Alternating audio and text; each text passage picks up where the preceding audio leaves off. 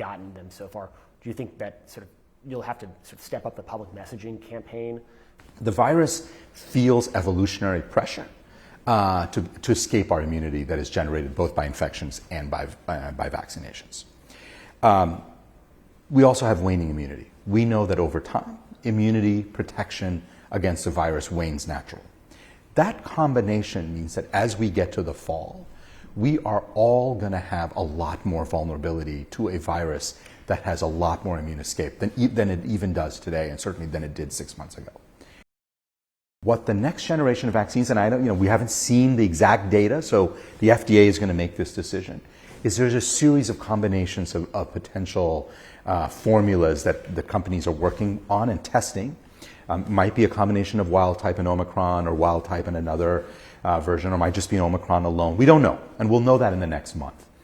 But I suspect, based on the preliminary data that's out there, is that the next generation of vaccines are going to provide a much, much higher degree of protection against the virus that we will encounter in the fall and winter. As you might imagine, lots of countries want those vaccines, not just the United States. So countries are already coming to the manufacturers, starting to negotiate. We want to make sure that we don't lose our place in line. So, if we had the resources, we'd be there having those conversations today. The window really is closing on us if we want to be in the front of the line. If we're willing to be at the back of the line and get our vaccines in the spring, we have plenty of time, but then we'll have missed the entire fall and winter. That's not an acceptable outcome, I think, for the American people.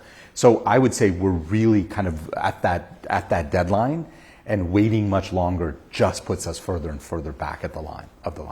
Well, what we know is vaccines and boosting makes an enormous difference in protecting people's lives. We have treatments now that we did not have a year ago. We have so many capabilities, and we've got to deploy them at full speed and at kind of full capacity to make sure that nobody dies from this disease. And obviously, if we don't get those resources, we're going to have to make some very, very difficult choices. Right? We're going to have to make difficult choices about vaccines or treatments. What do we do with tests? Do we really go into a fall and winter surge with no testing capability? I mean, that would be a real problem. So those are not the choices we want to make. We think that $22.5 billion is an emergency request. We think it's a very pared down request. It is the bare minimum that we need to get through this fall and winter without large loss of life. As I explained the numbers to members of Congress, they get it. And it makes me hopeful that we will see Congress stepping up and doing what's right for the American people. You can imagine during the fall or winter, let's say imagine there's a surge of infections in a city or a state, a mayor or a governor coming out and saying, hey, for the next 4 weeks, next 6 weeks, there's an indoor mask mandate. It's time limited, it's tied to specific metrics, it comes on when things are bad, and it comes off when things are better. I think that's a pretty reasonable way of using mask mandates, encouraging people when they want to, but at the same time using mandates and really using the force of rules or law much more sparingly in very specific contexts with specific metrics of when to put it on and specific metrics of when to take it off. I know there's been a lot. China is one of the few countries that still maintains a zero COVID policy.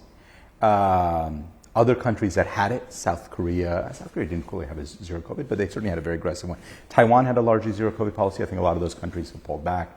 The reason they've pulled back is because with this incredibly contagious variant that is out there right now, Omicron, BA2 particularly, maintaining a zero COVID policy is very, very, very difficult. And obviously not one that I would advise our government to do. I don't think I don't think it makes sense. And I think what we want is to find a way to manage this virus where it's not making people particularly sick. It's obviously the goal is we want to manage it in a way that's preventing deaths. And so our strategy in this country has been very different, right? Which is to protect people, get people vaccinated, get people boosted, make sure we have therapeutics around. To me, that is a much more sustainable long-term management strategy. And that's why that's what we're doing here in the United States. I think China's going to find it hard to continue this for the long haul. We will see. And my recommendation would be that what they should be doing at this moment, certainly, is making sure their elderly, their high-risk individuals are vaccinated and boosted with high-quality vaccines as much as possible to protect people, no matter where the virus goes. North Korea.